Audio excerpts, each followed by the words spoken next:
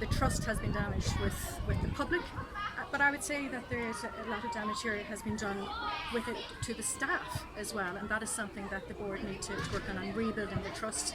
And I will speak to the chair of the board on Monday in relation to that. Minister, your reaction in the last few minutes to the latest revelation about Dee Forbes, that she was suspended the day before yesterday, the day before the revelations came out.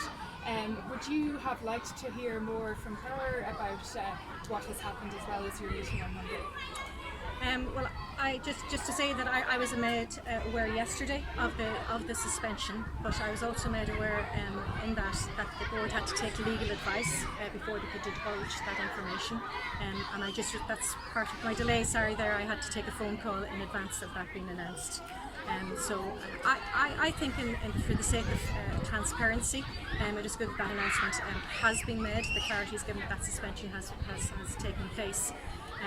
But I would say I actually think what would be helpful now maybe would be for the executive board to speak to this issue too. I think the board who made the statement yesterday have acted swiftly, and they're doing what needs to be done, and as I said, I will meet the chair of that board on Monday, but I think it would be helpful if the executive board spoke to the issue too.